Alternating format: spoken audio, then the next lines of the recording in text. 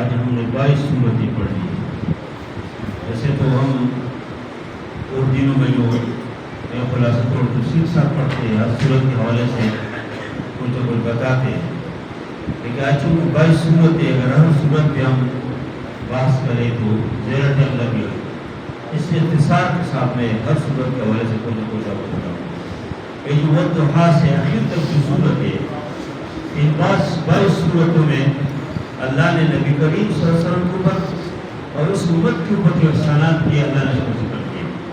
اس لیے ان صورتوں کو پڑھنا جب ان سے اپنی شروع کریں تو ہمارے مفسرین نے اکثر انہی کا بیس پہ کہ اس مستحب ہے کہ آدمی ضرور سبحان اللہ کہے، الحمدللہ کہے، اللہ اکبر کہے. ان بہت سارے نعمتیں ہیں رسول اللہ صلی اللہ علیہ وسلم جو اللہ نے ذکر کی. مشرکین عرب نے یہ مشہور کیا تھا کہ یہ اللہ تبارک تعالیٰ جو ہے نبی کریم صلی اللہ علیہ وسلم سے خفا ہو گئی، اس لیے کہ ابتدائی وحی آنے کے بعد کچھ وقت وحی نہیں آئی. تو مشرکین نے مشہور کیا کہ اللہ خفا ہو گیا، اس پیغمبر سے اللہ خفا ہو گیا. اللہ نے اس کو جواب دیا کہ والضحیٰ، چاش کے وقت کی قسم. والضحیٰ جو ہے صلاۃ الضحیٰ، چاش کی نماز کو بولتے ہیں، چاش کے وقت. اور بعض مفسرین نے اس سے نبی کریم صلی اللہ علیہ وسلم کے اخلاق اور نبی کریم صلی اللہ علیہ وسلم کی کردار، نبی کریم صلی اللہ علیہ وسلم کی چہرہ وہ بھی مراد دیا ہے.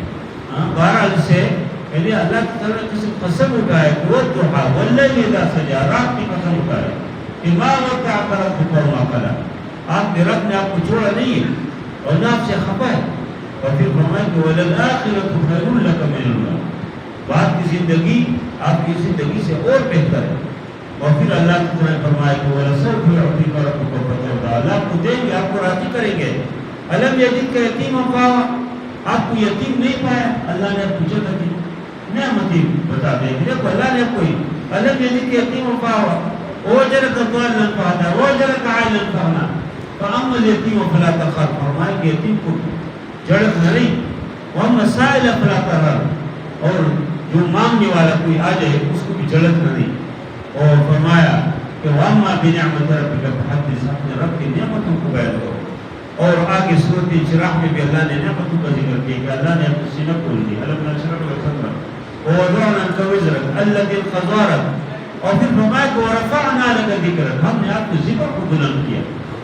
آپ کے ذکر، اور نبی کریم صلی اللہ علیہ وسلم فرمایا ایک حدیث کا خلاصہ ہے کہ اللہ کے نبی نے تو اللہ تعالیٰ نے فرمایا کہ ہم نے اپنے ذکر کو بلند کیا. کیسے بلند کیا؟ کہ جہاں پر اللہ کا نام لوگ لیتے ہیں تو محمد رسول اللہ صلی اللہ علیہ وسلم کی لفظ. آپ دنیا کی کسی کونے میں جائے، افریقہ کی جنگلوں میں بھی جائے، جب یہ لوگ کہتے ہیں کہ اللہ اکبر اللہ اکبر اشہد ان لا الہ الا اللہ، تو ساتھ اشہد ان محمد رسول اللہ صلی اللہ علیہ وسلم. اب ٹرین میں سفر کرتے، اب جہاز میں سفر کرتے، ادھر نماز کا وقت آ گیا، اذان سنتے، یہ ساتھ پڑھتے. اور یہ اللہ نے اس کی شان کو بلند کیا. ورفعنا لك ذکرک فإن مع العسر یسرا إن مع العسر یسرا. اور پھر اللہ نے اس کو نعمتوں کا ذکر کیا. پھر آگے سورۃ تین اور انجیل اللہ نے قسم اٹھایا. اس سے مراد شام کا علاقہ ہے، فلسطین، جہاں پر موجود ہمارے مسلمان بھائی دوست مصنوعیت کے ساتھ زندگی گزار رہے اور ہمیں مضبوط ضرور کرتے. اس علاقے میں بہت سارے انبیاء تشریف لائے، یہ بہت سارے انبیاء کی مسکن ہے، بہت سارے انبیاء ادھر تشریف لائے. خود نبی کریم صلی اللہ علیہ وسلم بھی جب مکے سے جو معراج پہ جا رہے تھے تو مکے سے اسی بیت المقدس پہ تشریف لائے. دیکھو یہ تو ہو سکتے تھے نا کہ اللہ تعالیٰ اس کو مکے سے اٹھا کے اپنے دربار بلاتے، لیکن ادھر سے سفر کروا کے اس بیت المقدس میں لائے. اور ادھر جو ہے تمام انبیاء کرام کی امامت میں اس نے نماز ادا کی. ہم تمام انبیاء پیچھے کھڑے ہیں، وہ نبی علیہ پیچھے کھڑے ہیں، نبی کریم صلی اللہ علیہ وسلم نے امامت کی اور ادھر سے پھر آسمانوں پہ گئے. تو وہ ہے کہ یہ ایک مقدس مقام ہے جو قرآن میں بھی اللہ تعالیٰ نے اس کا ذکر کیا. تو تین اور زیتون سے مراد یہ علاقہ ہے. فرمایا طور سینین، اس سے مراد وہ علاقہ ہے جہاں پر موسیٰ علیہ السلام کو اللہ نے نبوت عطا کی، اللہ تعالیٰ سے ہم کلام ہو گئے. وہاں پر البلد الامین، یہ شہر جو امن والا ہے، اس سے مراد مکہ ہے جہاں پر ابراہیم علیہ السلام تشریف لائے، اسماعیل علیہ السلام تشریف لائے، خود محمد رسول اللہ صلی اللہ علیہ وسلم کی مسکن، اور ادھر جو ہے وہ بیت اللہ شریف وہ سب ادھر موجود ہے. پھر فرمایا کہ لقد خلقنا الانسان فی احسن تقویم، انسان کو ہم نے بہترین ساخت میں، بہترین شکل میں پیدا کیا. ثم رددنا اسفل سافلین، پھر ہم اس کو واپس بدتر سے بدتر بنائیں گے. ہاں مگر کس کو نہیں بنائیں گے؟ الا الذین آمنوا وعملوا الصالحات، جو عمل صالح کرتے ہیں، ایمان لاتے ہیں، تو فلہم اجر غیر ممنون، اس کی بہترین اجر ہے. ایسا اجر ہے کہ ختم ہونے والا نہیں ہے. پھر آگے سورۃ علق میں اللہ تعالیٰ نے وہ جو ابتدائی 5 آیات ہے وہ ابتدائی وحی ہے. اس کے کل 19 آیات ہے. ابتدائی 5 آیات ابتدائی وحی. جب اللہ نبی کریم صلی اللہ علیہ وسلم غار حرا میں موجود تھے، ادھر فرشتے نے آ کے اور فرمایا کہ اقرا، اور نبی کریم سے فرمایا کہ ما انا بقاری، پھر فرمایا اقرا پڑھو، اور پھر نبی کریم سے فرمایا میں تو قاری نہیں، میں تو پڑھنے والا نہیں ہوں. پھر تیسری بار جب کہا تو پھر فرشتے نے کہا کہ اقرا بسم ربک الذی خلق، اس اللہ کے نام ذات کے نام پڑھو کہ جو نے انسانوں کو پیدا کیا. خلق الانسان من علق، اور انسانوں کو پیدا کیا خون کے ایک ٹکڑے سے، اور پھر خون کے بعد گوشت کے ٹکڑے سے انسان بن جاتے، انسانی شکل بن جاتے. تو یہ ابتدائی وحی جو اقرا کا ذکر ہے، تعلیم کا ذکر ہے. اس کا مطلب ہے کہ اس امت محمدیہ کو یہ سبق دیا کہ تم پڑھو. پڑھنا بہترین چیز ہے. انسان کو پڑھنے میں، انسان کی زینت، انسان کی خوبصورتی وہ پڑھنے میں، مطالعہ میں، قرآن و حدیث پڑھے، دیگر ادیان پڑھے، اس دور کی جو ضروریات ہے اس کو بھی پڑھے. اس لیے کہ ہمارے وحی ابتدائی جو ہے اس کا آغاز ہی اقرا سے. اقرا پڑھو، 2 بار فرمایا کہ اقرا بسم ربک الذی خلق، اقرا وربک الاکرم الذی علم بالقلم. اور یہ تعلیم قرآن اور تعلیم بالقلم، اس کا مطلب ہے کہ قیامت تک جن طرح ذرائع ہے اس کی اصل بنیاد تو قلم سے. اس سے اس کا ذکر کیا. پھر اللہ تعالیٰ نے ابو جہل کا ذکر کیا. ابو جہل کے کردار اللہ نے ذکر کیا. ابو جہل وہ بدبخت آدمی تھے کہ نبی کریم صلی اللہ علیہ وسلم کی مخالفت کی تھی. اور وہ کہتے تھے کہ مجھے اگر اللہ کے نبی نظر آ جائے کہ سجدہ کرتے تو میں یہ کروں گا، میں یہ کروں گا. تو اللہ کے نبی کو دیکھ کر حرم میں کوئی عبادت کر رہا ہے، سجدہ کر رہا ہے، نماز پڑھ رہے ہیں، یہ اس کی طرف اس نے چلنا شروع کیا. لوگ اس انتظار میں تھے کہ ابھی کوئی تماشا لگے گا. لیکن جو ابو جہل قریب جاتے تو واپس پلٹنے کی کوشش کرتے ہوئے کہ کس چیز سے بچنے کی کوشش کرتے. تو لوگوں نے بعد میں پوچھا کہ کیا ہوا آپ کو؟ اس نے کہا کہ میں جب نبی کریم صلی اللہ علیہ وسلم کی طرف جا رہا تھا تو میں نے پر دیکھی، میں نے وہ تلواروں کی شکل میں سے چیزیں دیکھی. اگر میں تھوڑا سے آگے بڑھتا تو مجھے خطرہ تھا کہ میں تباہ ہو جاؤں. پھر نبی کریم صلی اللہ علیہ وسلم فرمایا کرے آگے بڑھتا نا تو فرمایا کہ فرشتے اس کے خرچی اڑ رہے تھے، اس کو ٹکڑے ٹکڑے کر دیں. اللہ نے اس کا ذکر کیا. پھر آگے سورۃ قدر ہے، اِنَّا أَنزَلْنَاهُ فِي لَيْلَةِ الْقَدْرِ. فرمایا کہ قرآن نے لیلۃ القدر کی رات نازل کی ہے.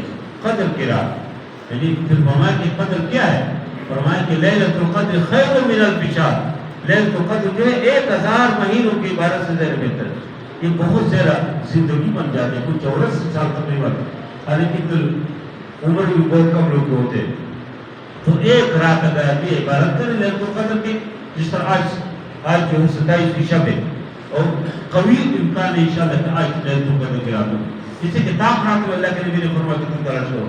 تو ایک رات اگر کوئی آدمی عبادت کرے وہ کہ اس نے 84 سال اور کچھ مہینے تقریباً عبادت. اس کی بنی اسرائیل کا ذکر ہوا نبی کریم صلی اللہ علیہ وسلم کے سامنے کہ بنی اسرائیل کے اندر ایک مجاہد نے 1000 سال جو ہے عبادت کی، جہاد کیا. کسی نے امر بالمعروف نہی عن المنکر کیا 1000 سال، فلان نے 1000 سال عبادت کی. تو لوگ کے دل میں اشتیاق پیدا ہو گئی، ہمارے دل عمر ہے نہیں. تو اللہ نے ایک رات، ایسے رات اللہ نے عطا کیا کہ اس میں کوئی آدمی اگر عبادت کرتے کوئی اس نے 84 سال عبادت کی. ابھی حرم کی جو امام ہے شیخ سدیس، اس نے کہا کہ تم لیلۃ القدر کی رات میں اتاق رات میں کچھ نہ کچھ نماز پڑھو. اگر یہ لیلۃ القدر کی رات ہو جائے تو وہ کہ آپ 84 سال آپ نے عبادت، کچھ نہ کچھ آپ صدقہ کرو. آپ نے آج رات عبادت کی، تاق راتوں میں صدقہ دیا، تو وہ کہ آپ نے 84 سال جو آپ نے صدقہ دیا. آپ نے کوئی خیر کا کام اور کیا، استغفار کیا، کوئی اور کام کیا، صلہ رحمی کیا، رشتہ داری پالی ہے، تو وہ کہ آپ نے 1 سال کام کیا. اس لیے ان راتوں کو خصوصی تلاش کرنا چاہیے. جو اعتکاف میں نہیں بیٹھ سکتے کم از کم یہ کام کر سکتے ہیں. کسی مسجد میں جا کے بیٹھے، بہت سارے مسجدوں میں بہترین ماحول ہوتی ہے. منصورہ میں ماشاءاللہ بہت سارے کوئی 200 کے قریب ہوتے ہیں کہ بھی بیٹھے اور عام لوگ بھی آ جاتے ہیں اور ایک بہترین منظر ہوتے ہیں. پھر رات میں قیام اللیل ہوتے 2 بجے اور ایک لوگ روتے ہیں اور اللہ سے مانگتے ہیں. اس طرح کسی بڑی مسجد میں جا کے عبادت کریں اور سب سے بہتر تو یہ کہتے ہیں کہ گھر کس کونے میں بیٹھ کے عبادت کرے، اللہ کو یاد کرے، تنہائی میں اللہ کے سامنے روئے. ہم سب کو دور ہے، ہم سب مسائل، سب کے مسائل ہیں، مشکلات ہیں، اور پوری دنیا کے مسلمان دیکھو کس حالت میں. اس لیے ان دعاؤں میں پوری دنیا کے مسلمانوں کو ضرور یاد کرے کہ اللہ تعالیٰ ان کی خوشی مدد کرائے. اس سے ان کی کوئی پشتیبان نہیں ہے. ساری اسلامی دنیا نے اس کو چھوڑ دیے. عرب شہزادے اپنے مزوں میں لگے اور اس کو بیچاروں کو اس پہ عجیب کیفیت ہے کہ ابھی حرام جائے. اور یہ بھی ایک معاہدہ بھی ہوا تھا، اس کی معاہدے کی خلاف ورزی کر کے، دھوکہ کر کے، ابھی دھوکے سے یعنی وہ لوگ اپنے گھروں میں پہنچے، اوپر سے پھر جو اس کو پر جنگ مسلط کی. اور ابھی آج بھی ایک مسجد کے لوگ بیٹھے ہیں، عبادت کرے، اوپر سے بمباری ہوا اور بیچارے اس طرح خوبصورت مسجد ہے، خون سے رنگین ہے، عجیب ماحول ہے، چھوٹے بچے، بزرگ، ہر طرح کے. اس لیے پوری دنیا کے مسلمانوں کو اپنی دعاؤں میں ضرور یاد کریں. پھر آگے بینہ میں، سورۃ بینہ میں نبی کریم صلی اللہ علیہ وسلم کی آمد کا اللہ نے ذکر کیا، رسول من اللہ یتلو صحفا مطہرہ. اور پھر اللہ تعالیٰ نے کچھ مشرکین کا اور کافروں کا ذکر کیا اور فرمایا کہ شر البریہ، روئے زمین کے اوپر سب سے شریر لوگ، سب سے خراب لوگ جو ہے یہ مشرکین ہیں، یہ کافر ہیں. اور پھر اللہ تعالیٰ نے مومن اور مسلمانوں کا ذکر کیا، فرمایا کہ ان کے لیے جنت ہے، ان کے لیے نعمت ہے، اور فرمایا کہ اولئک هم خیر البریہ، یہ روئے زمین کے اوپر سب سے بہتر لوگ اہل ایمان، سب سے جو اللہ کو پسند ہے. اور پھر اہل ایمان میں جو اپنی جتنے نیک ہو، روئے زمین اس کے لیے انتظار میں ہوتی ہے، زمین انتظار میں ہوتی ہے کہ کب مر جائے، ہمارے پاس آ جائے، کب اس کی ضیافت کرے، اس کے خیال کرے. جب مر جاتے ہیں اور یہ قبر میں رکھتے ہیں، یہ زمین ان سے کہتے ہیں کہ تم میرے اوپر چلنے والوں میں سب سے بہترین آدمی آپ ہیں، آپ میرے پاس آئے تو میں آپ کے ساتھ وہ معاملہ کروں گا، وہ اس سے سلوک کروں گا کہ تم یاد کریں. اور پھر جو ہے اوپر جنت کی نعمتوں کو مل جاتے ہیں، قبر تحت نگاہ مشاہدہ ہو جاتے ہیں. پھر سورۃ زلزال میں بھی اللہ تعالیٰ نے اپنی نعمتوں کا ذکر کیا اور اللہ تعالیٰ نے قیامت کے زلزلے کا ذکر کیا. پھر فرمایا کہ فَمَن يَعْمَلْ مِثْقَالَ ذَرَّةٍ خَيْرًا يَرَهُ وَمَن يَعْمَلْ مِثْقَالَ ذَرَّةٍ شَرًّا يَرَهُ. جس نے ذرہ برابر بھی کوئی خیر کا کام کیا ہو دیکھ لیں گے قیامت کے دن، اور جس نے ذرہ برابر بھی شر کا کام کیا ہو دیکھ لیں گے. اس لیے کہ ہر آدمی کے دائیں بائیں فرشتے بیٹھے، دائیں کندھی کے اوپر وہ فرشتے جو نیک اعمال لکھتے ہیں، اور بائیں کندھی کے اوپر وہ فرشتے ہیں جو انسان سے کوئی کمزوری ہو جاتے، غلطیاں ہو جاتے، وہ لکھتے اور ایک عمل نامے کی شکل بن جاتے. اور قیامت کے دن اللہ سامنے لائیں گے اور کہیں گے، وہ کہیں گے کہ ما لہذا الکتاب، اس کتاب کو کیا ہو، یہ کیسے عمل نامہ ہے، ما لہذا الکتاب لا یغادر صغیرۃ ولا کبیرۃ الا احصاها. اس سے تو کوئی چیز جو ہے اس سے وہ نہیں ہے، یعنی کوئی چیز اس میں وہ نہیں ہے کہ جب میں کیا ہو اور ابھی دن نہ ہو. یہ تو ہر چیز موجود ہے. جس طرح دنیا کے اندر کوئی آپ کسی مارکیٹ میں آج کل جاتے ہیں، کیمرے لگے ہوتے ہیں، اس طرح گنڈوت انسان کی بن جاتا. ادھر قیامت کے دن اللہ تعالیٰ اس کو سامنے پیش کریں گے اور کہیں گے جی دیکھو اپنے عمل دیکھو. سارے لوگ موجود ہوں گے. علامہ اقبال رحمہ اللہ ان کی شاعری میں دیکھو، بظاہر تو لوگ سمجھتے ہیں کہ شاید اقبال زیادہ ممکن ہے دین سے دور ہو، داڑھی نہیں ہے، لیکن اس کی آپ شاعری دیکھیں ایک درد دل ہے. وہ کہتے ہیں اپنی شاعری میں کہ یا اللہ پہلے تو میرے اعمال سامنے پیش نہ کرو کہ لوگ موجود ہو، سب لوگ میرے اعمال سامنے آ جائے، لیکن یا اللہ اگر پیش کرتے از نگاہ مصطفیٰ پنہار بھی، یا اللہ اگر پیش کرتے اعمال لازمی ہے تو نبی کریم صلی اللہ علیہ وسلم کے سامنے مجھے نہ لاؤ کہ اللہ کے نبی صلی اللہ علیہ وسلم کے سامنے میرے سہکاری یا میرے کمزور اللہ کے نبی صلی اللہ علیہ وسلم ہے. کتنے اللہ کے نبی صلی اللہ علیہ وسلم کی محبت اس کے دل میں اور اس کی بہت بہترین اشعار اس حوالے سے.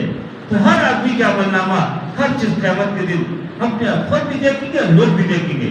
اور پھر اللہ تعالیٰ نے عادیات کے اندر ذکر کیا، گھوڑوں کا ذکر کیا. اب اس نے ذکر کیا، فرمایا کہ دیکھو گھوڑے اپنے مالک کے ساتھ کتنے اس کی محبت ہے، اپنے مالک کی کتنی یہ گھوڑے جو ہے وہ کیا ہے، وفادار ہے. جنگ میں اس کو حکم دیتے تو جنگ کے اندر گھس جاتے. اور فرمایا کہ ان انسان لربہ لکنود، انسان اپنے رب کے ناشکری، انسان کے ناشکری ہے. اور اللہ کے نعمت انسانوں کو بندے کتنے نعمت ہے، لیکن انسان اپنے رب کے ناشکری ہے. اور اللہ تعالیٰ کی یہ جو مخلوق ہے، یہ گھوڑے وغیرہ کتنی اپنے مالکوں کے ساتھ محبت کرتے، مالک جو اس کو حکم دیتے اس طرح دوڑتے. سورۃ قاریہ میں ہمیں اللہ نے قیامت کا ذکر کیا، القاریہ والقاریہ وما ادراک ما القاریہ یوم یکون الناس کالفراش المبثوث. وہ لوگ جو ہے بالکل یہ جس طرح مختلف قسم کی چیز اڑتے ہیں، اس طرح اڑ رہے ہوں گے، اس طرح جو ہے وہ گوئے کہ اون کی طرح تدعید المنفوس، اور فرمایا کہ جس کے اس وقت ترازو باری ہو جائے گا اللہ سفرت موازینہ فہو فی عیشۃ راضیہ، وہ بہترین خوبصورت زندگی میں، واما من خفت موازینہ، اور جس کے یہ ترازو کمزور ہو جائے عمل کا تو ان کی جگہ جو ہے حاویہ ہے، اس کی جو جہنم کا گرا ہے، گندہ ہے، اس کی جہنم کے گڑا ہے، اس میں جائیں گے۔ پھر اللہ تعالیٰ نے الہاکم التکاثر میں یہ ذکر کیا کہ تم کثرت میں پیچھے لگے ہو، الہاکم التکاثر، کثرت کے پیچھے، کہ جیسے مال بڑھاؤ، کیسے بچوں کو بڑھاؤ، کیسے بینک بیلنس کو بڑھاؤ، حتیٰ زرتم المقابر، حتیٰ کہ تم قبروں میں پہنچ گئے، یعنی اس حالات میں تم مر گئے۔ یا یہ مطلب ہے کہ اس ذیل کے ساتھ اسی حرص میں آ گئے لوگ جو قبر تک پہنچے کہ دیکھو ہمارے قبروں میں اتنے لوگ آ گئے، اتنے لوگ ہمارے مر گئے۔ اس زمانے میں لوگ یہ کام بھی کرتے تھے۔ اور پھر اللہ تعالیٰ نے سورۃ عصر کے اندر والعصر، اللہ نے قسم اٹھایا زمانے کی اور فرمایا کہ انسان خسارے میں، مگر وہ انسان خسارے سے بچے ہوئے جس کے اندر 4 صفات ہو، الذین آمنوا، جو ایمان لائے، عمل صالح کرے، وتواصوا بالحق وتواصوا بالصبر، خیر کی وصیت کرے اور خیر کے اوپر وہ عمل پیرا ہو، تو ایسے لوگ خسارے سے بچے ہوئے ہیں۔ پھر اللہ نے ہمزہ، سورۃ ہمزہ ہے، اس کے اندر یہ فرمایا ان لوگ جو غیبت کرتے، ان لوگ جو اوپر لعن طعن کرتے، ان کی مذمت اللہ نے ذکر کی، وَيْلٌ لِكُلِّ ہُمَزَةٍ لُمَزَةٍ، جو مال جمع کرتے، الَّذِي جَمَعَ مَالًا وَعَدَّدَهُ، مال جمع کرتے، مال جمع کرنے کوئی منع نہیں ہے، لیکن جو آدمی اس کے حقوق ادا نہیں کرتے، اس کی زکات نہیں دیتے، حلال و حرام کی کوئی تمیز نہیں کرتے اور جمع کرتے، اس کی مذمت اللہ تعالیٰ نے ذکر کیا۔ پھر سورۃ فیل میں اللہ نے واقعی فیل ذکر کیا، وہ مشہور واقعہ ہے اصحاب الفیل۔ اصحاب الفیل جو ہے یعنی بیت اللہ شریف کو ختم کرنے کے لیے ابرہہ نے ہاتھیوں کو لے کے اور 60,000 کے لشکر لے کے حاضر ہو گئے، لیکن اللہ نے ان کے لشکروں کو اللہ نے تباہ کیا، اللہ نے ان کے ہاتھیوں کو تباہ کیا، اللہ نے بیت اللہ کی حفاظت کی، وَجَعَلَهُمْ كَعَصْفٍ مَّأْكُولٍ۔ سورۃ قریش میں اللہ تعالیٰ قریشیوں کو فرماتے ہیں تو خدا کے بندو آپ کی عزت اس بیت اللہ کی وجہ سے، تم اللہ کے اس گھر کے وجہ سے آپ کو اللہ نے عزت دیا، اللہ نے احترام دیا، تم بجائے کہ بتوں کی عبادت کریں، تم لات و منات و عزا اور حبل کی عبادت کرنے کے بجائے اللہ کی عبادت کرو، اس گھر کی عبادت کرو۔ فَلْيَعْبُدُوا رَبَّ هَٰذَا الْبَيْتِ الَّذِي أَطْعَمَهُم مِّن جُوعٍ وَآمَنَهُم مِّن خَوْفٍ۔ اور پھر اللہ تعالیٰ نے آگے سورۃ ماعون ہے، ماعون میں ان لوگوں کا ذکر کیا جو یتیموں کا خیال نہیں کرتے، جو کھلاتے نہیں کسی کو، اور جو معمولی چیزوں کو منع کرتے، ان کے یہ کمزوری کو ذکر کیا کہ یہ بہت بڑی کمزوری ہے جن لوگوں میں موجود ہے۔ اور پھر اللہ تعالیٰ نے آگے یہ فرمایا اِنَّا أَعْطَيْنَاكَ الْكَوْثَرَ، فرمایا کہ ہم نے آپ کو کوثر دیے۔ مشرکین نے جب نبی کریم صلی اللہ علیہ وسلم کے بیٹے وفات پائے، ابراہیم یا قاسم جب وفات پائے تو مشرکین نے کہا ایک دوسرے کہ اب اس پیغمبر کی فکر نہ کرو، اب ان کی کوئی نارینہ اولاد ہے نہیں، جب یہ ختم ہو جائے گا سب کچھ ختم ہو جاتے ہیں، یہ ابتر ہے، تم مریدہ ہے، اس کے کوئی نام لیوا نہیں ہوگا۔ اللہ تعالیٰ نے فرمایا کہ تم ابتر ہو، اِنَّا أَعْطَيْنَاكَ الْكَوْثَرَ فَصَلِّ لِرَبِّكَ وَانْحَرْ إِنَّ شَانِئَكَ هُوَ الْأَبْتَرُ۔ آپ کی دشمن جو ہے ابتر ہے، وہ تم مرید ہے۔ ابھی دیکھو ابو لہب کا کوئی نام لیتے تو لعنت بھیجتے، ابو جہل کا کوئی نام لیتے اور ابو شیبہ کا کوئی نام لیتے، جو نام لیتے تو محمد رسول اللہ صلی اللہ علیہ وسلم کہتے۔ بچے پیدا ہوتے ہیں تو ایک کان میں اللہ اکبر اور اشہد ان لا الہ الا اللہ کے ساتھ کیا ہوتے؟ اشہد ان محمد رسول اللہ۔ یہ قامت شروع ہو جاتے تو اشہد ان لا الہ الا اللہ اشہد ان محمد رسول اللہ، اذان شروع ہو جاتے۔ اور یہ کیا ہے؟ یعنی وہ لوگ ابھی ان کے نام ہی نہیں ہے، اور نبی کریم صلی اللہ علیہ وسلم کا نام دیکھو کہ لوگ کتنے ادب سے لیتے ہیں، کتنے احترام سے لیتے ہیں، محمد رسول اللہ۔ حتیٰ کہ غیر مسلم بھی، ایک ہندو شاعر ہے، اس نے محمد صلی اللہ علیہ وسلم کے بارے میں جو اشعار کہی، وہ کہتے ہیں کہ صرف مسلمانوں کی اجازت تو نہیں ہے محمد صلی اللہ علیہ وسلم کے اوپر، وہ تو ہمارے لیے بھی محترم ہے۔ ہر آدمی جو عقل ہے، جو شعور ہے، وہ نبی کریم صلی اللہ علیہ وسلم کی توحید کبھی نہیں کریں گے، وہ عزت کے ساتھ اس کو دیکھتے ہیں، احترام کے ساتھ دیکھتے ہیں۔ الحمدللہ اللہ نے ایک بہت بڑا مقام اس کو دیا۔ پھر اللہ تعالیٰ نے سورۃ کافرون کے اندر اللہ نے یہ فرمایا کہ اہل ایمان کو یہ فرمایا کہ تم صرف اللہ کی بات کرو، اس لیے کہ مشرکین چاہ رہے تھے نبی کریم صلی اللہ علیہ وسلم کے پاس آ گئی کہ صلح کر دے، ایک سال تم ہمارے بتوں کی عبادت کرو، ہم آپ کے اللہ کی عبادت کرتے ہیں، اور اس طرح دوسرا سال یہ کرتے اللہ نے صاف فرمایا قل یا ایھا الکافرون لا اعبد ما تعبدون، کافروں سے کہے کہ آپ کی عبادت نہیں کرتے ان چیزوں کی جن کی تم عبادت کرتے۔ پھر سورۃ نصر ہے، سورۃ نصر اللہ نے فتوحات کے قسم مسلمانوں کو بشارت دی کہ یہ فتوحات کی سلسلے شروع ہو جائے گی، اور اس وقت بھی نبی کریم صلی اللہ علیہ وسلم کو اللہ نے فتوحات دیے۔ فرمایا جب فتوحات حاصل ہو جائے فسبح بحمد ربک واستغفر، اپنے رب کی حمد بیان کرو، استغفار کرو، اور نبی کریم صلی اللہ علیہ وسلم ہمیشہ استغفار کرتے رہے، اپنے رب کی حمد بیان کرتے رہے۔ آگے سورۃ لہب، یہ ابو لہب نبی کریم صلی اللہ علیہ وسلم کے چچا، بالکل ان کے چچا، لیکن عرب کے اس معاشرے میں جب کوئی بھتیجا اس کے والد کا انتقال ہو جاتا تو عرب کے اس معاشرے میں چچا اس کو اس طرح خیال کرتے صرف باپ کی طرح، لیکن ابو لہب واحد آدمی ہے، اس نے اسلام کو تو اس مسلمان کو دے نہیں، لیکن عرب کی جو روایت ہے اس کو بھی پسند ڈالا، اور اس نے اللہ کے نبی صلی اللہ علیہ وسلم کو بہت شدید مخالفت، اللہ نے اس بدبخت کا ذکر کیا، اور جب نبی کریم صلی اللہ علیہ وسلم صفا کی اس چوٹی کے اوپر چڑھے اور لوگ کو بلایا اور کہا کہ تم یہ کلمہ پڑھو لا الہ الا اللہ محمد رسول اللہ، کامیاب ہو جاؤ گے، تو ابو لہب نے پتھر اٹھائے اور نبی کریم صلی اللہ علیہ وسلم کی طرف پھینک دیا اور کہا کہ تبا لک یا محمد لہذا جماعت انصاری، تم تباہ ہو جائے تو نعوذ باللہ، نبی کریم صلی اللہ علیہ وسلم کہا اور پتھر پھینک دیا کہ پورا دن اس مقصد کے لیے جمع کیا تھا۔ اللہ نے اس کے جواب میں پوری صورت کر دی۔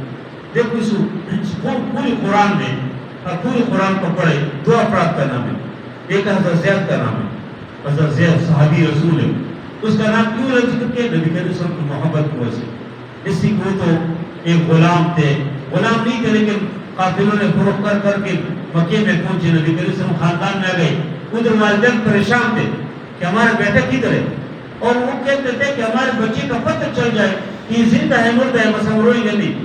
ان کی والدہ کے جو اشعار ہے، والد کے اشعار ہے، بالآخر پتہ چلا کہ نبی کریم صلی اللہ علیہ وسلم مکے میں ادھر آ گئے اور کہا کہ یا رسول اللہ ہمیں معلوم ہے کہ ہمارا بیٹا آپ کے پاس ہے، آپ جتنے پیسے آپ کو چاہیے ہم آپ کو دے دیتے ہیں، بیٹا ہمیں دے دو۔ اس نے کہا پیسے مجھے نہیں چاہیے، میں زید کو بلاتا ہوں، اگر وہ آپ کے ساتھ جانا چاہتے ہیں میرے کو کریں، اگر نہیں رہنا چاہتے ہاں اور میرے ساتھ رہنا چاہتے، آپ ساتھ نہیں جانا چاہتے تو میرے زبردستی نہیں بولی۔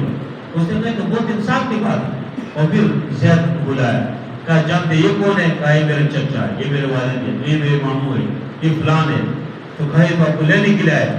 زید نے کہا نہیں، میں تو ان کے ساتھ نہیں جاؤں گا۔ انہوں نے مجھے کہا خدا کو تم پاگل ہو کہ تم غلامی کو پسند کرتے آزادی کے نعمت کے مقابلے میں؟ اس نے کہا کہ میں ہزاروں آزادیوں کو قربان کرتا ہوں اس غلامی کے اوپر، محمد رسول اللہ صلی اللہ علیہ وسلم کے دامن کو چھوڑ کر نہیں، میں چھوٹا تھا لیکن اتنے ہوشیار تھے، اور نبی کریم صلی اللہ علیہ وسلم نے اتنے اس کو اپنائیت دی کہ اس نے کہا کہ نہیں میں جاؤں گا نہیں، بہتر رہوں گا۔ تو نبی کریم صلی اللہ علیہ وسلم بہت خوش ہو گئے، اور نبی کریم صلی اللہ علیہ وسلم نے اس کو ہاتھ سے پکڑ کے بیت اللہ کے دروازے کے ساتھ کھڑے ہو کر نبی کریم صلی اللہ علیہ وسلم نے اعلان کیا کہ آج کے بعد زید جو ہے، زید بن محمد نہیں، زید بن حارثہ نہیں ہے، یہ زید بن محمد صلی اللہ علیہ وسلم ہے۔ اور نبی کریم صلی اللہ علیہ وسلم نے متبنات بنایا، بیٹا بنایا۔ قرآن میں اللہ نے اسی محبت کو وجہ اللہ نے نبی کریم صلی اللہ علیہ وسلم کہ زید کا ذکر فلما قضى زید منه وطرا، سورۃ احزاب۔ اور ایک بدبخت آدمی اس پوری امت سے بدبخت ابو لہب ہے، جس کا اللہ نے اس کا ذکر کیا پورے قرآن اس کے بارے میں، یعنی مکمل سورت اللہ نازل کی اس کے بارے میں، بدبخت آدمی۔ اور آگے پھر سورۃ اخلاص ہے، اخلاص کا مطلب ہے خالص توحید کا ذکر ہے، جس سے کہ مشرکین عرب، کفار، یہودی نبی کریم صلی اللہ علیہ وسلم سے مختلف موقع پہ کہتے تھے کہ تو اپنے رب کے نسب بیان کر، رب کے رب کسی سے پیدا ہے، تو اللہ نے ذکر کیا قل هو اللہ احد، اللہ ایک ہے، اللہ الصمد، لم یلد ولم یولد ولم یکن له کفوا احد۔ اور سورۃ اخلاص پڑھنے کی بہت فضیلت، کوئی آدمی اگر سورۃ اخلاص 3 بار پڑھے گا اس سے مکمل قرآن پڑھ لیا۔ نبی کریم صلی اللہ علیہ وسلم نے ایک مجلس میں کہا کبھی جانے سے پہلے کہ قرآن مکمل قرآن پڑھوں گا آپ کے سامنے، تو صحابہ انتظار نہیں تھے، صحابہ تو اس چیزوں کے بہت مشتاق تھے۔ جب نبی کریم صلی اللہ علیہ وسلم اٹھے تو انہوں نے کہا یا رسول اللہ نے وعدہ کیا ہے مکمل قرآن پڑھنے کا۔